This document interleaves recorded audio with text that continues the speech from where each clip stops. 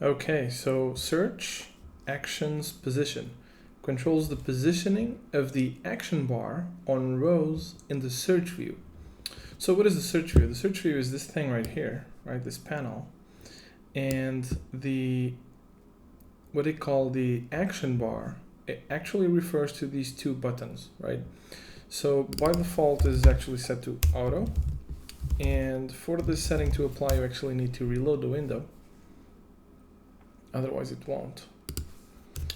And the auto option here positions the action bar to the right when the search view is narrow and immediately after the content when the search view is wide. So let me show you what happens to these buttons right here.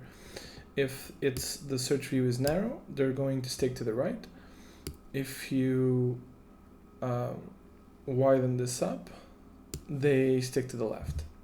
So from this, I don't know how many pixels this is, but so that you don't have your search results here and these buttons all the way to the right, you have this auto option. Or you can set it to right, which is the only other option, and you need to reload the window again. And now these buttons stick to the right no matter what. Right, so they will always be here. They will never stick to the left.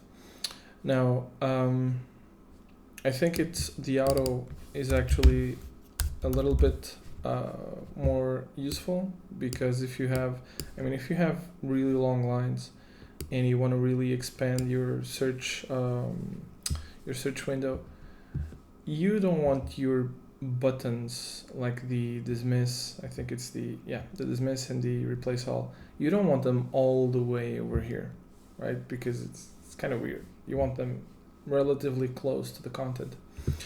So I'm going, but just a little comment. The whole search